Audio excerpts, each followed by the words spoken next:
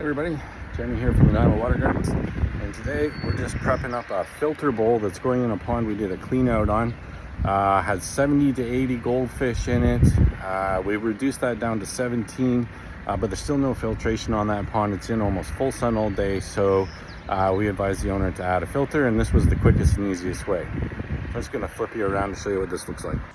All right, so this is Aquascape's 40-inch fountain bowl with the filter kit added to it. Now we're going to customize this because this is the way the filter bowl looks when it's done, and you can see we have very little space left between our bioball mat and the top to plant any plants. And for us, we love to plant filter bowls because they look beautiful. It's this nice architectural element next to a pond. So this is where the cord comes out if you wanted to make this a patio pond. This is always where we make our spillways so we don't have a cut somewhere else. Right, so this is made up of this bioball sack, and then we've got a filter mat here, and normally it comes as one piece, but I've cut it in half for our customization. And then underneath we've got these trays, and then this is our bulkhead down here. So we've got a pipe that goes through there, down underneath, and then we put a T in. Now normally you'd install that right in the center, but you'll see in a second why I installed it over here. So what I've done instead, I'm going to take two of these out, and I got myself a flow cell panel, and I cut out the profile of our trays. I'll put that guy in. Okay, then I'm going to put half of my filter mat back in.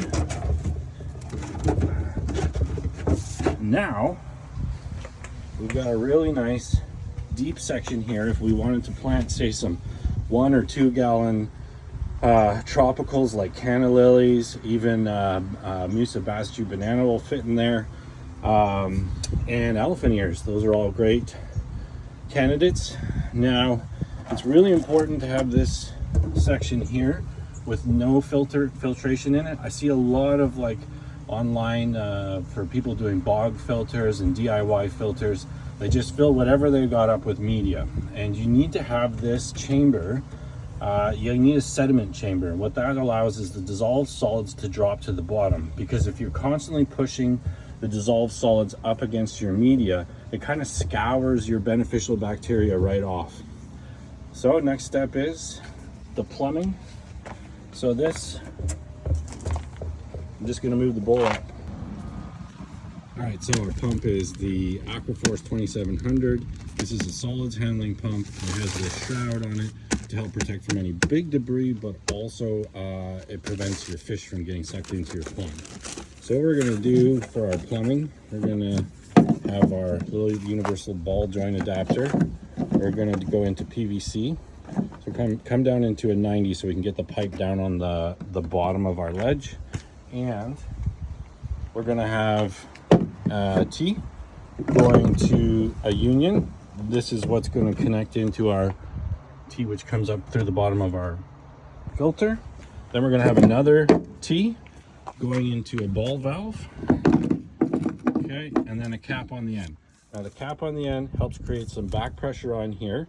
Otherwise, if we just went into a 90, we'd get a lot. This would get preference. There would be more flow going through the 90, even if we throttled it back than through here. So we put another T, we get the back pressure to kind of even this out. Then we've got our ball valve, which we can tweak, and we're going to run probably flex PVC out this way, and then just curved a little bit, because when we get to the pond, the main area where I want to create some flow is going like this, so we can kind of get a swirl coming around. So you'll see when we get there, but the pond is squarish, rectangle, but it's got soft edges, and it'll come back around to our pump through our filter and hopefully get a nice flow going on, because in this corner of the pond is a real dead zone when we did the clean out. So those are your important things to consider if you're plumbing up your own filter bowl. And nice little customization here. And we put this deep section towards the back so we can put our bigger plants back there, and then we'll still have ample room to put anything if we wanted to do some impatiens or any smaller things, 4-inch pots up front.